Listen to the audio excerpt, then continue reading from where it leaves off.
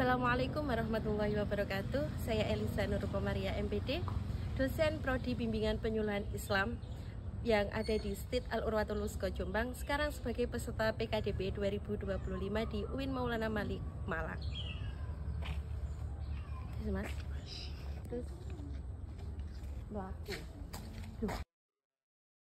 Bismillahirrahmanirrahim. Assalamualaikum warahmatullahi wabarakatuh.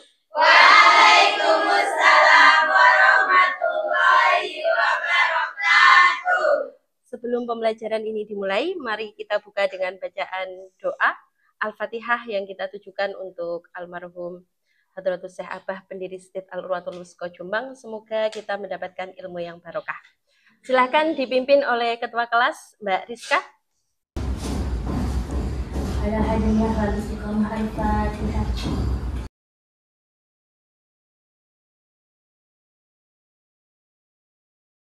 Alhamdulillahirrabbilalamin. Ini adalah pertemuan ke-13 kita yang sudah kita lalui setelah beberapa minggu yang lalu. Ya, bagaimana kabarnya hari ini? Siang yang selalu menjadi kenangan. Kenapa kalau siang sudah ngantuk mendapat sejarah, Bu? Ya kan? Kenapa kalau setiap bertemu Bu Elisa itu pasti dengan sejarah? Berarti kalau sampean melihat Bu Elisa yang manis, maka akan kelihatan apa sih akan ingat? Sejarah. Harusnya ingat sejarah, bukan hanya mengingat. Kalau mengingat Bu Elisa berarti Bu Elisa berkesan di hati Anda. Bahayanya kalau sampean melihat Bu Elisa mengingat sejarah, mengingat masa lalu. Si dia yang tidak pernah terbawa ke KUA, ya kan? Biasanya gitu, sejarahnya masa lalu karena dia tidak terbawa ke KUA yang akhirnya tidak menjadi masa depan. Oke. Hari ini kita akan belajar tentang apa?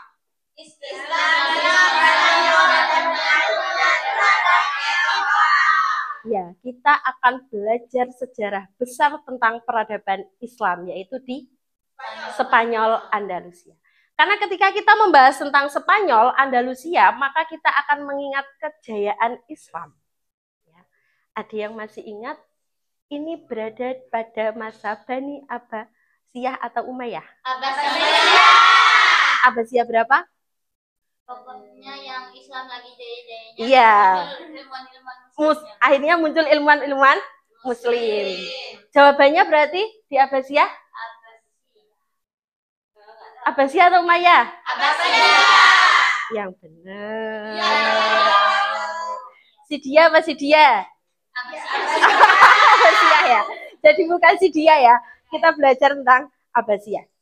Jadi ketika kita belajar tentang sejarah, maka yang kita ingat bukan hanya sekedar cerita masa lalu ya. Ingat-ingat nih. Jadi kalau sampean teringat mantan, maka jangan hanya mengingat masa lalu. Tapi kita juga harus belajar dari sejarah itu. Ketika kamu tidak jadi dengan si dia, maka kamu harus mencari yang lebih baik. Ya kan? Setuju? Ya. Setuju? Setuju. Kalau masalah cinta pasti setuju. Coba kita lanjutkan sejarah. Nanti ujung-ujungnya ngantuk. Ya, ujung-ujungnya ngantuk. Nah, justru dari itu, maka dari peradaban Islam di Spanyol, kita harus memahami dan dijadikan cermin bahwasanya kita harus menuju peradaban seperti ketika di Spanyol. Bagaimana Islam itu bisa maju? Ya, jadi itu harus dijadikan cermin, maka kita nanti bisa menjadi peradaban yang maju.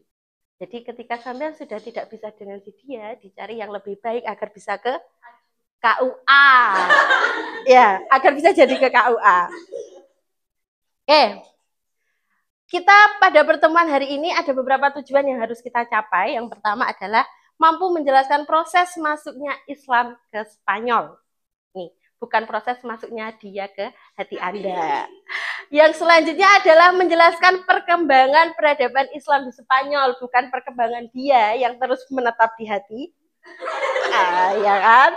Selanjutnya adalah menyebutkan kemajuan yang dicapai. Apa saja sih faktor-faktor yang menjadi kemunduran di Andalusia. Dan juga bisa menganalisis pengaruh bagi Eropa. Kabar baiknya, pertemuan ke-13 ini adalah sampean tidak perlu presentasi hasil makalah.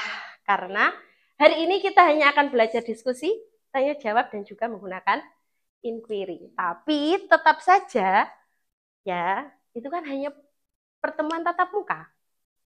Ya, jadi nanti pasti akan ada tugas mandiri. Aman, tenang.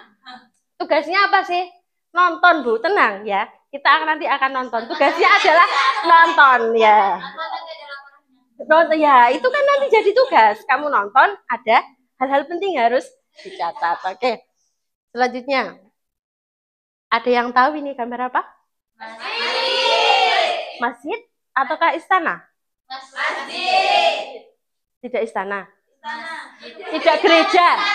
Coba yang mengatakan ini masjid, angkat tangan.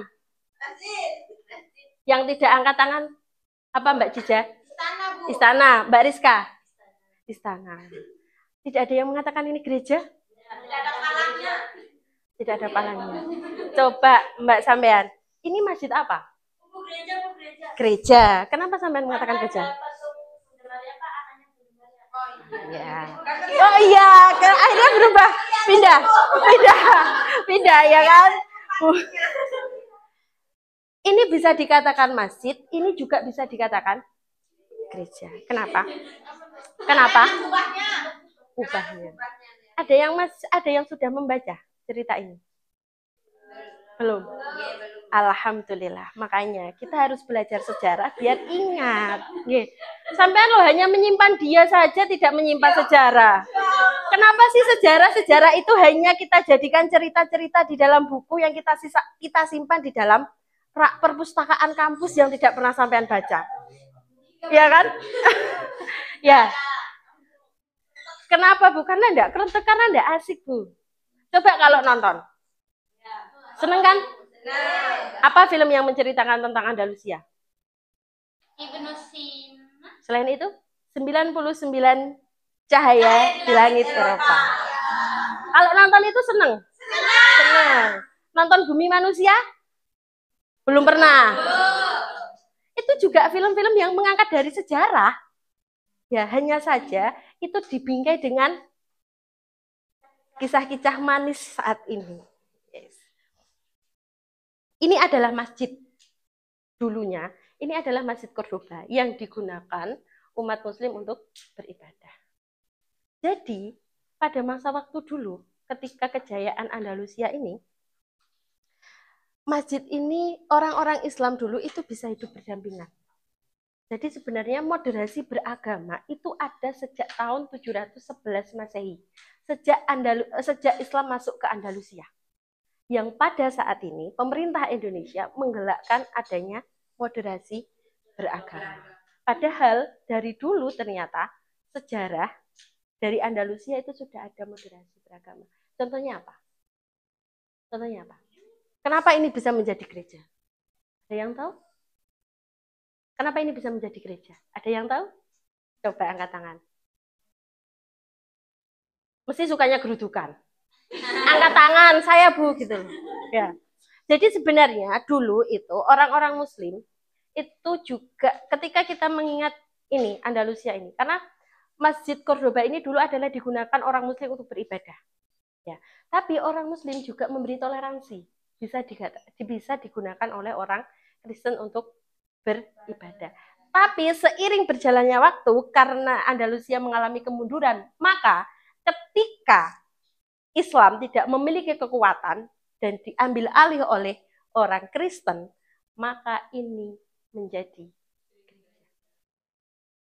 beralih fungsi yang berarti yang awalnya hanya digunakan untuk beribadah orang Muslim, tapi orang Muslim juga memberikan tempat untuk orang-orang Kristen melakukan ibadah. Tapi nyatanya dia beralih fungsi. Apa makna beralih fungsi ini? Ada yang tahu?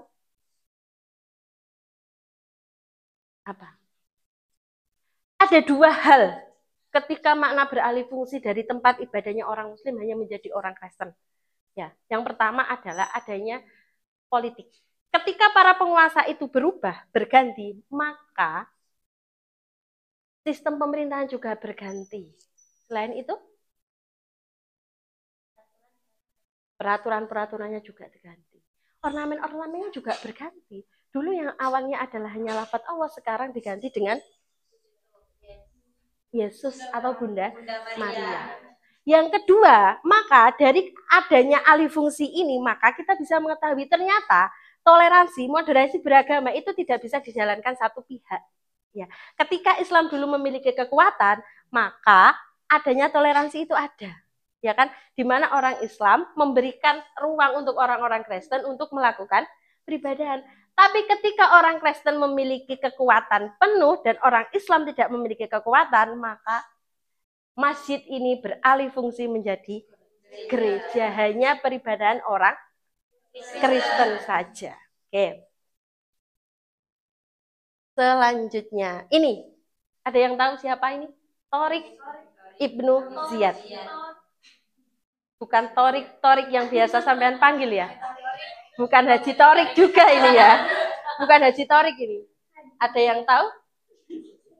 Ayo. Ini adalah panglima yang membawa Islam ke Andalusia masuk. Jadi yang membawa Islam masuk ke Andalusia adalah dipimpin oleh panglima perang Torik Ibnu Ziyad, di mana dia mendarat pertama kali di Gibraltar dan memulai invasi untuk menaklukkan Andalusia. Dan ini kejadian Gibraltar ini juga diabadikan sampai sekarang ada. Ada yang tahu? Ada gunung yang mereka lewati ketika membawa pasukan ini untuk menaklukkan Andalusia. Konstantinopel itu bukan ditaklukkan oleh Ziyad, tapi ditaklukkan oleh Sultan Al-Fatih. Ya, berbeda.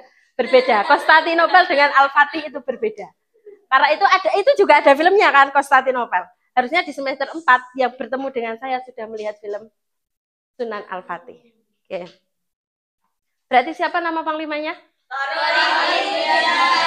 Bukan Torik ya.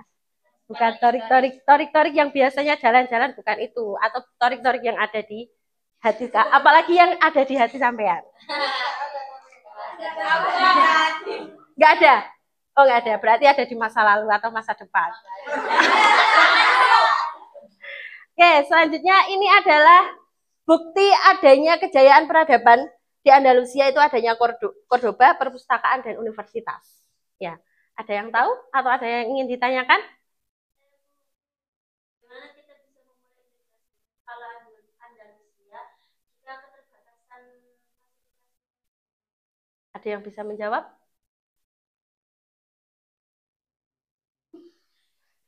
Ada yang bisa menjawab? Ada pertanyaan lain? Apa? Apakah nilai moderasi Andalusia bisa diterapkan di Indonesia dengan perbedaan? Apakah nilai moderasi Andalusia bisa diterapkan di Indonesia? Ya. Ada yang bisa menjawab? Wah, Anda pintar sekali.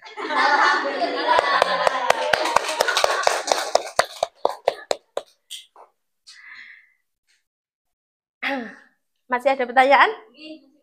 Apa? Mengapa pendidikan modern sering memisahkan ilmu agama dan sains, padahal Andalusia berhasil mengintegrasikan? Nah, ini yang menjadi pokok PR kita. Kenapa sih sekarang sekolah-sekolah modern itu memisahkan antara ilmu agama dengan sains? Padahal ketika kita flashback kembali, makanya ini loh, kenapa kita harus belajar sejarah? Jadi bukan hanya mengenang masa lalu, tapi bagaimana kita bisa mengambil hikmah. Ya. Karena apa? Karena sistem pendidikan kolonial. Sistem pendidikan di Indonesia itu mau tidak mau diakui itu adalah adanya sistem kolonial, pengaruh Belanda. Ya.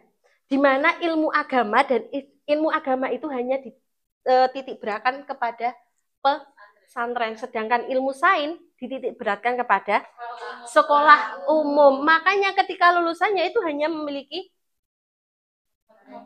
salah satu saja, jarang, ya kan? Padahal sebenarnya ada universitas negeri UIN Sunan Kalijaga, siapa yang tahu?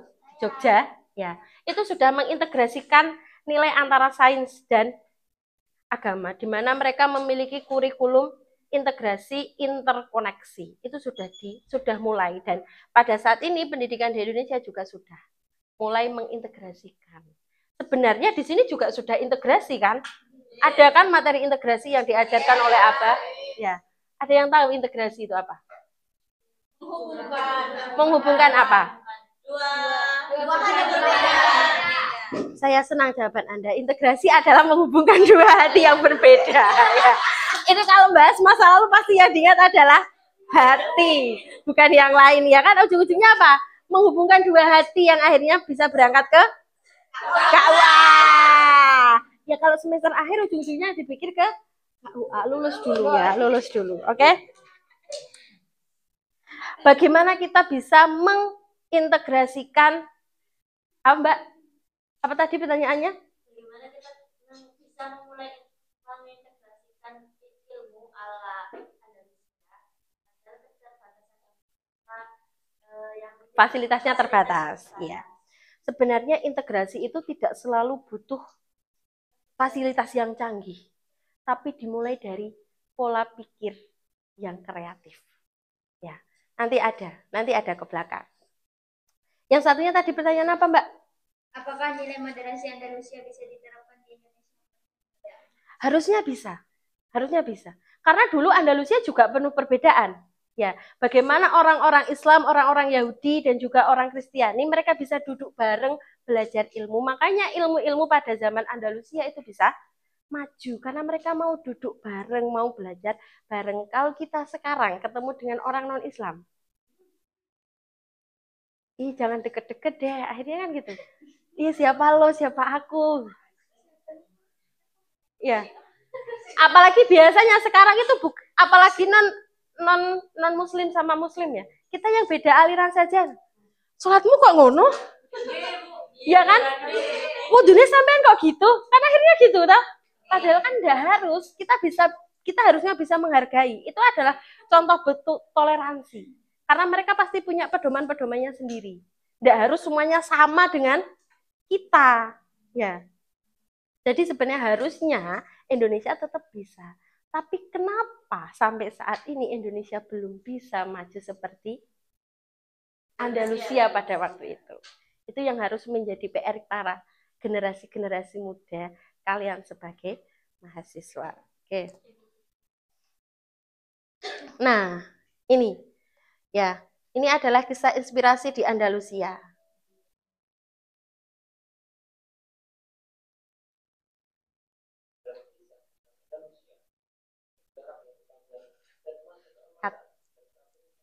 Dikat aja. Enggak, maksudnya enggak kuape ya.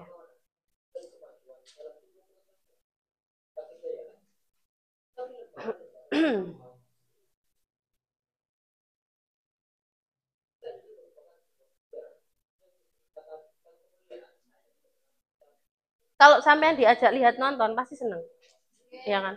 Kalau disuruh membaca, kenapa enggak mau? Mbak Ija, cantik. Assalamualaikum, loh kan? Saya bilang apa? Kalau kita bahas sejarah seolah-olah tidur mendongeng kan, ya kan? Didongengi, oke. Itu adalah kisah tentang inspirasi Andalusia sampai tertidur ya. Selanjutnya ini adalah penaklukan kembali. Ketika Islam diambil kembali oleh Kristen, itu disebut dengan Reconquista.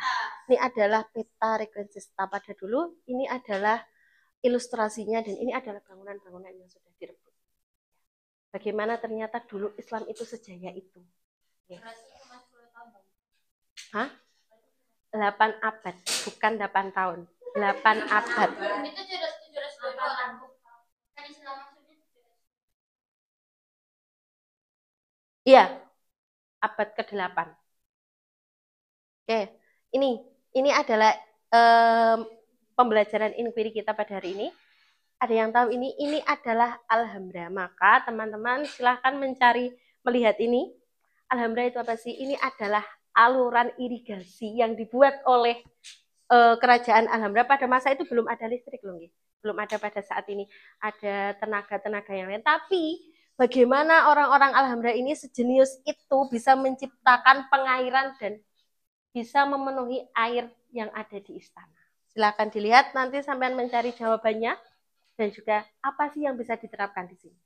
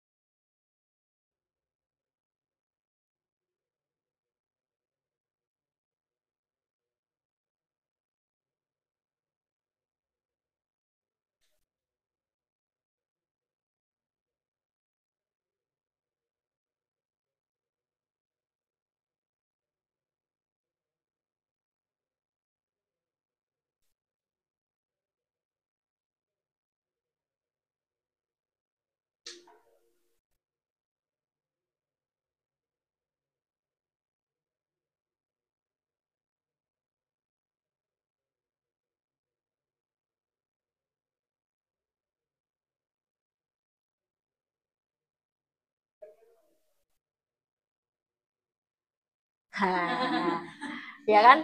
Kira-kira kapan orang-orang Islam bisa menghadirkan orang-orang jenius pada masa dulu? Oke, sudah diperhatikan? Ya. Dari ketika saya memperhatikan ini, ya. Bagaimana teknologi ini mengajarkan kita untuk memanfaatkan ilmu dengan bijak? Ada yang bisa menjawab? Ya, Mbak Fatim. Mereka menggunakan ilmu untuk kenyamanan hidup, bukan untuk berperang. Ada lagi yang bisa menjawab? Iya. Teknologi di sini tuh buktikan bahwa kemajuan itu nggak harus merusak alam, karena mereka di sini memanfaatkan gravitasi. Pintar sekali. Ada yang lain? Iya. Jadi di sini menunjukkan bahwa itu kita berpadu dengan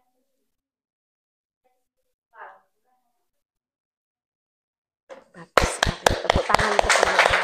Itu adalah jawaban penting sekali yang harus kita ingat. Sampai bisa menangkap bahwasanya ilmu itu netral. Ilmu itu netral, Mbak. Mau sampean bawa untuk menghancurkan atau untuk membangun peradaban. Dan Andalusia membangun ilmu itu untuk peradaban, untuk mempertumbuhkan. Ya, jadi coba Anda bayangkan jika ya prinsip ini diterapkan pada zaman sekarang, kita bisa menciptakan teknologi dan hemat energi yang ramah lingkungan. Bisa nggak kira-kira? Harusnya bisa. Coba. Di Indonesia, ini kan enggak semuanya sudah mendapatkan air dan juga listrik. Kalau air biasanya ada ya sumber-sumber air. Tapi kalau listrik, sampean bayangkan. Saya pernah ke desa salah satu kecamatan Jawa Timur di Tulungagung itu, Kabupaten Tulungagung itu ada satu kecamatan yang dia berada di pelosok. Dari akses jalannya saja sudah susah. Di sana aliran listrik itu ada, tapi tidak bisa 24 jam full. Jadi ada batas waktunya. Ya kan? Itu di Jawa Timur. Bagaimana yang ada di luar Jawa? Jadi coba sekarang bayangkan bagaimana ide sederhana yang sudah diciptakan oleh Andalusia ini bisa kalian buat untuk terinspirasi dari teknologi Andalusia. Ada yang sudah bisa menjawab? Iya. Kami bisa membuat sistem irigasi gravitasi untuk sawah di daerah pegunungan. Iya, jadi di daerah sawah pegunungan tidak hanya mengandalkan aliran-aliran parit, tapi juga bisa menggunakan gravitasi. Ada yang bisa lagi? Ya, bagaimana Mbak?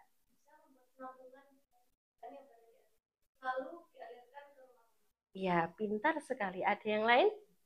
Nggih, pripun? Bisa membuat kolam penjernihan alami menggunakan prinsip saluran bertingkat. Iya, itu adalah ide-ide luar biasa yang harus sampean terapkan nanti ketika sampean berada di masyarakat. Ya, jadi ini adalah luar biasa contoh penting ketika kita tidak hanya belajar sejarah, tidak hanya mengingat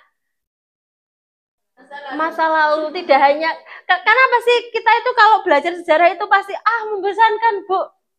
Karena apa sih kan image sampean itu adalah kita disuruh menghafal tahun, tempat, tokoh, ya kan, apalagi nama-namanya itu sulit ya. Apa mana menghafal tokoh, Bu? Menteri Kebudayaan sekarang saja saya tidak tahu, ya kan? Jadi sebenarnya kita harus relevan. Belajar itu untuk, ada nggak sih yang bisa kita gunakan saat ini? Kalau zaman saya dulu, ya zaman saya dulu SD, itu 14 menteri, semua nama-nama menteri harus hafal. Ya kan? Sekarang apakah harus dihafal? Tidak, karena menteri yang zaman saya TK, saya SD juga sekarang sudah ganti. Ya kan?